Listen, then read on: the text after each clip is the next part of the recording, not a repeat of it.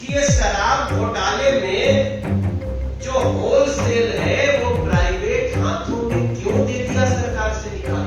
सिसोदिया और अरविंद केजरीवाल ने इस शराब घोटाले में एक बड़ा माल खाया है।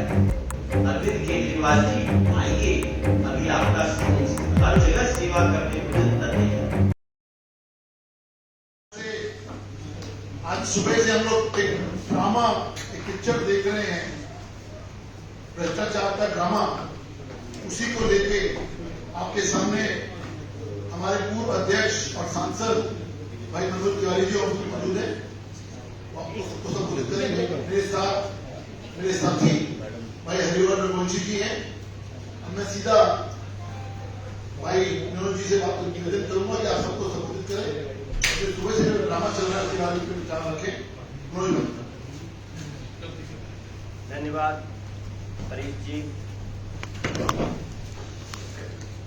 धन्यवाद हरीश जी, धन्यवाद हरिहर जी और मेरे मीडिया के सभी साथी। आज दिल्ली की हवा में प्रदूषण थोड़ा ज्यादा है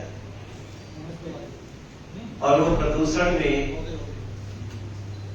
दिल्ली में अपने छल और प्रपंच से सत्ता में आए आम आदमी पार्टी के करप्शन का जहर कुछ ज्यादा दिख रहा है।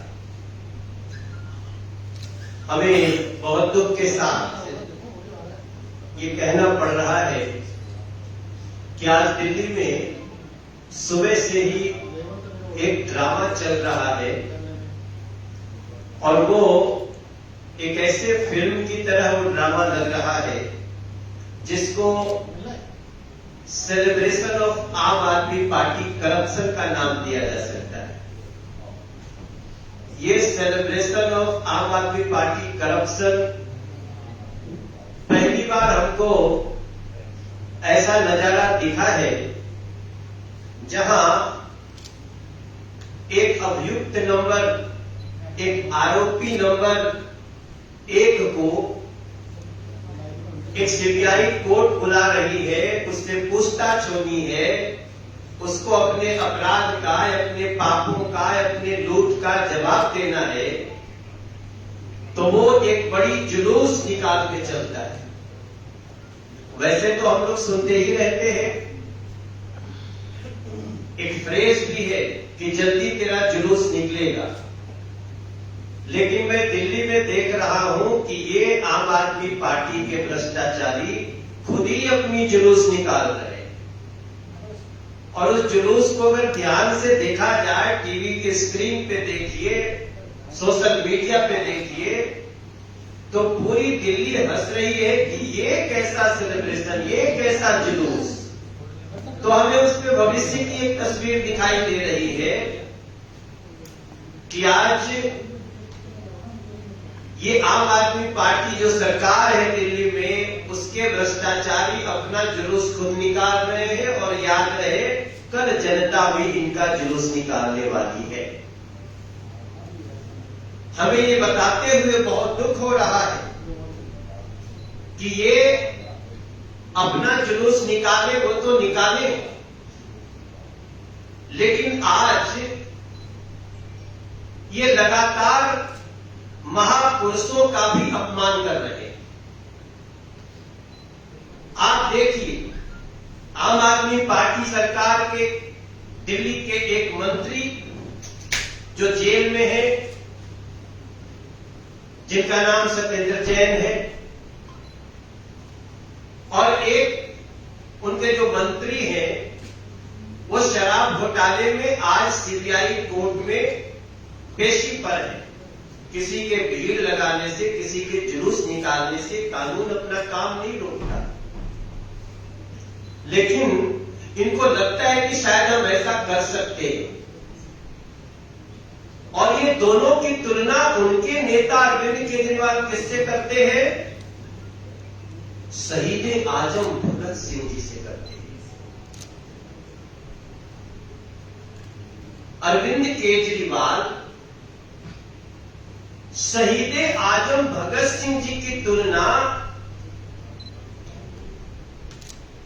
जेल में बंद भ्रष्टाचार के आरोप में एक मंत्री से करते हैं। अपने भ्रष्टाचार से लगातार कोर्ट में पेशी, लगातार जांच में फंसे हुए अपने एक मिनिस्टर से करते हैं। तब हमें कहना पड़ता है कि 2 नंबरी काम करने वाले लोग जो 1 नंबर के एक्यूज्ड हैं, उनकी तुलना शहीद आजम भगत सिंह जी से करना, ये शहीद आजम भगत सिंह जी का तो अपमान है ही, ये देश की आजादी के उन तमाम महापुरुषों का भी अपमान है। और याद रखिए अरविंद केजरीवाल, याद रखिए मनीष सिसोदिया और सत्येंद्र जैन जैसे लोग, इसको दिल्ली भी याद रखेंगे और देश भी याद रखेगा, पंजाब भी याद रखेगा। जब इनको जाना है छानबीन पूछताछ के लिए, तो ये भाग करके जाते हैं गांधी जी की समाधि पे। मुझे हंसी आ रही है, जब 2 अक्टूबर आता है तो इनको गांधी जी की समाधि पे जाने का मौका नहीं होता है। जब 2 अक्टूबर को देश के सभी लोग जिनका राजनीति से मतलब नहीं, वो भी राष्ट्रपिता महात्मा गांधी जी की फोटो लगा करके ही सही उनको श्रद्धांजलि अर्पित करते हैं। लेकिन उस दिन इन लोगों को मौका नहीं होता है कि हम जा करके राजघाट समाधि पर खड़े हो। यहां माननीय एलजी को चिट्ठी लिखना पड़ता है और उनको याद दिलाना पड़ता है उनकी बेशर्मी का।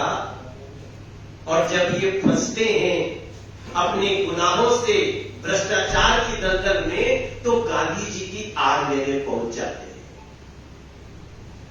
इसके पीछे कितना खुफिया, कितना साजिश भरा दिमाग है, हमारे दिल्ली के लोग, हमारे देश के लोग इसको समझ सकते और देख सकते हैं। आपको बताते हुए मुझे बहुत दुख हो रहा है कि जो मूल प्रश्न है उसका जवाब नहीं दे रहे हैं। मूल प्रश्न क्या ऐसा है? मूल प्रश्न है कि ये शराब घोटाले में जो होलसेल है वो प्राइवेट हाथों में क्यों दे दिया सरकार से निकाल के? इस पे तो चिट्ठी बन जाती है, चैनलों पे कोई उनका प्रवक्ता नहीं आता है, खाली कुर्सियां रखी रह जाती हैं।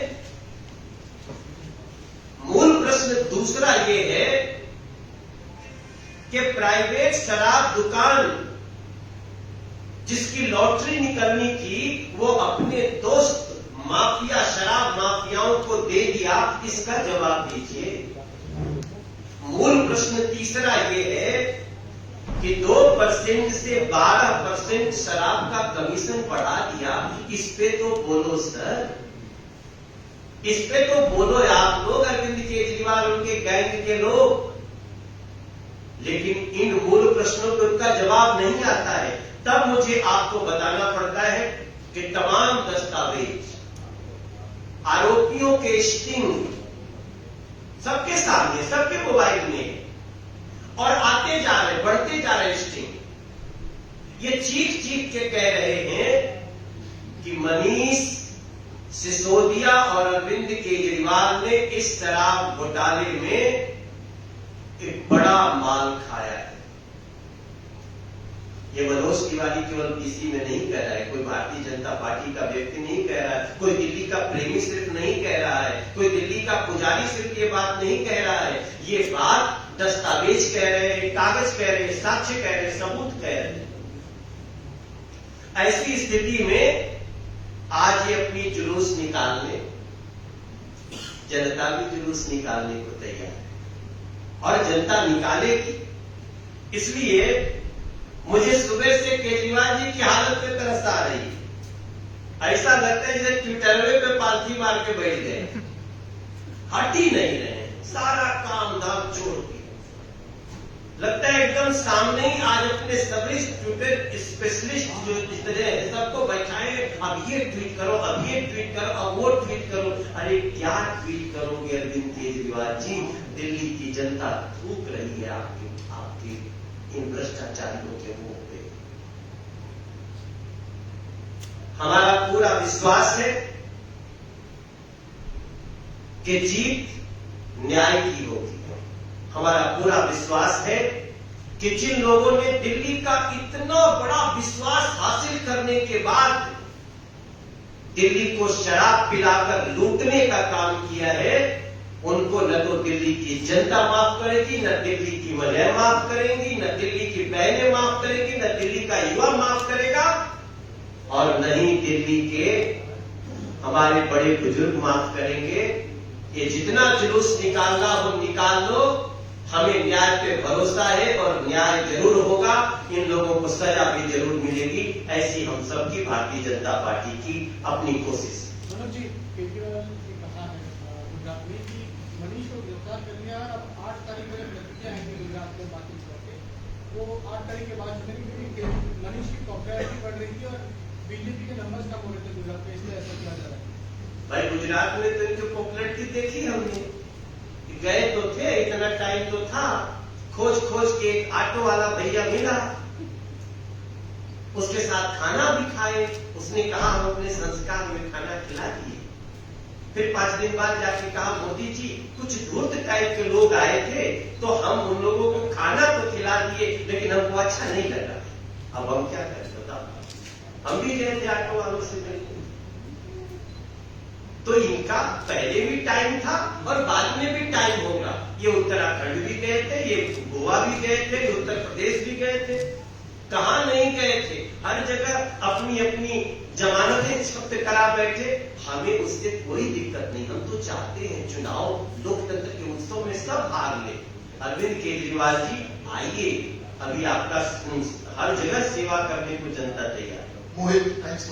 मनोज जी, सवाल यही है कि जब से आपने भी काफी दिनों से प्रेस कॉन्फ्रेंस कर रहे हैं, जब भी बीजेपी प्रेस कॉन्फ्रेंस करती है स्पेसिफिक सवाल पूछती है एक्साइज पॉलिसी पे, तो आम आदमी पार्टी की भी ये तरफ से कहा जाता है कि एजेंसीज हमारे खिलाफ इस्तेमाल करी जा रही है क्योंकि हम गुजरात में ग्राउंड बना रहे हैं। और अभी भी उनका स्टैंडर्ड रिप्लाई यही है कि मनीष सिसोदिया को गुजरात में प्रचार करने से रोका जा रहा है, इसीलिए उनको ये जो है आज बुलाया गया। वो ये तक कह रहे हैं कि आज शायद उन्हें गिरफ्तार भी किया जा रहा है। तो स्पेसिफिक सवालों का जवाब नहीं है, लेकिन सिर्फ गुजरात इलेक्शंस को लेके और एजुकेशन को लेके उनका जो है वो आ रहे डिफेंस आ रहे, क्या कहेंगे?